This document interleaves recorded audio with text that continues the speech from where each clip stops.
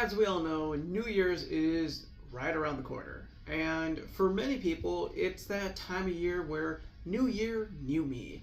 And what that means is they're going to focus on bettering themselves. They're going to go back to the gym. They're going to eat healthier. They're going to work out more. They're going to really take life by the horns. And then 6 to 8 weeks later, it completely stops and we repeat and recycle the same thing we did year after year. So if you're somebody who's having goals for 2026 and you want to make it your year, I have 3 things for you to consider to approach this next year differently. By all means, I'm not against New Year resolutions. I know a lot of other people are kind of out there who are against it or they discourage it. And I, on the other hand, I don't care. Whatever gets you active, whatever gets you focused on bettering your health and just taking care of yourself, I think it's great. However, I do think, though, there are different ways that we can approach it so that you can become more successful with this coming year. So with that being said, I have 3 things for you to try for this next year just to take into consideration so that you can have better success. Number 1, consistency over intensity. I've talked about this a lot in other videos and just in general when I'm coaching my clients. But when it comes to long-term results, we're looking at the end game. We're not playing a short game where, hey, let's see how fast we can do this, because that's not how our bodies work, but we're looking at it in the long game. We're not playing checkers, we're playing chess. And when it comes to being successful long-term and sustaining those results, it's about consistency, not intensity.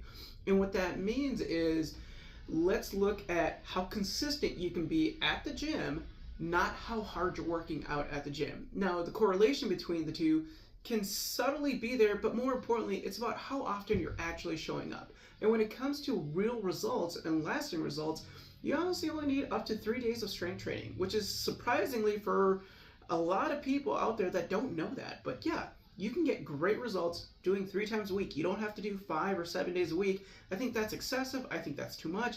And you're going to burn yourself out. So when it comes to shifting your mindset from intensity, meaning I have to fart blood at every workout and I have to be super sweaty and sore, that's the wrong approach. And I say it's wrong because you're going to rinse and repeat what you did last year. So rather than approaching it in this high intensity way, think about it more in consistency. How often can I show up every week to the gym and be sure that I'm showing up as best as I can and that I'm actually doing the workouts? Because the difference between intensity and consistency is thinking about it this way.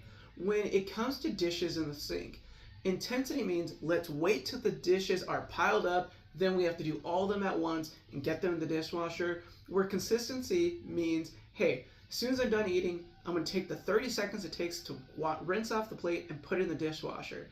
So think about it that way rather than trying to clean out the entire dishes at once. Just do it one at a time, because remember, consistency will always trump intensity. Number 2, let's prioritize nutritional habits. Now, nutrition is going to be one of the biggest factors when it comes to your 2026 goals.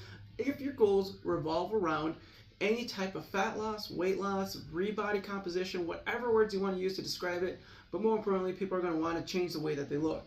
Now, the only way that you can do that, yes, strength training does help out with it. Being active does help. However, the other biggest component, which is going to carry over everything, is your nutrition and what you're doing with your habits. So when it comes to nutritional habits, it's not about saying this food is bad, this food I can't eat anymore, and I can't be doing this. None of that. It's actually more so of, we have 2 versions of food that we can look at. Food as fuel and fun food. Food as fuel is going to be more of those nutritional foods, your veggies, your lean proteins, your good fats, those type of things. And your fun foods are going to be your pizza, ice cream, and wings, and whatever else you want to put in that category.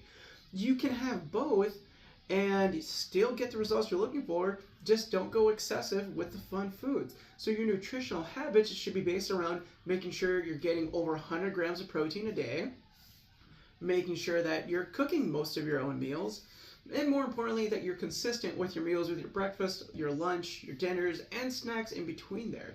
But just making sure that what you're consuming is within a calorie range that your goal is revolving around, if your goal is to either increase your size or decrease your size. So your nutritional habits are going to be the biggest thing that you take over when it comes to your goals. And again, carbs aren't bad, fats aren't bad, It's just a matter of getting the good quality of it because your body does need those other nutrients to function and to get the results you're looking for. And number 3 is going to be focused on being flexible, not rigid. And when I mean flexible, I'm not referring to your ability to be flexible, even though that is important, but it's more so your ability to be adjustable within the week and within your training sessions. And what that means is a lot of people get really rigid. On this day, at this time specifically, I will always work out. And I think that's great because it does build on consistency. However, there are moments where life does hit. Maybe work got busy, maybe a family member's sick, maybe you're sick, whatever it is, or maybe you're not even feeling well, but nonetheless, whatever the situation is, allow yourself to have some wiggle room. Don't be too rigid, because if you're too rigid, you're not going to sustain the consistency that we need in order to have the results that we want. I always like to refer to it as the bamboo tree versus the oak. A lot of people think the oak trees are big and tall and they can withstand high amounts of wind. However, if the wind gets strong enough, the rigidity of that tree will break. Whereas bamboo bends with the wind. It's flexible. And that's what we need to have the results that we want. We need flexibility. We need to have the ability to adjust our schedules, our workouts, our lifts, whatever we're doing within the week, because sometimes we're not going to be our best, and that's okay.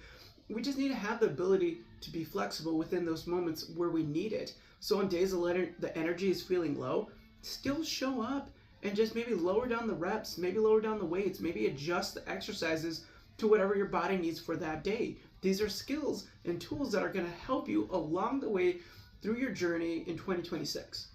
So remember that the 3 most important things to take into this next year to make 2026 a very successful year for your health is to focus on consistency, not intensity, prioritize your nutritional habits, and lastly, be flexible, not rigid.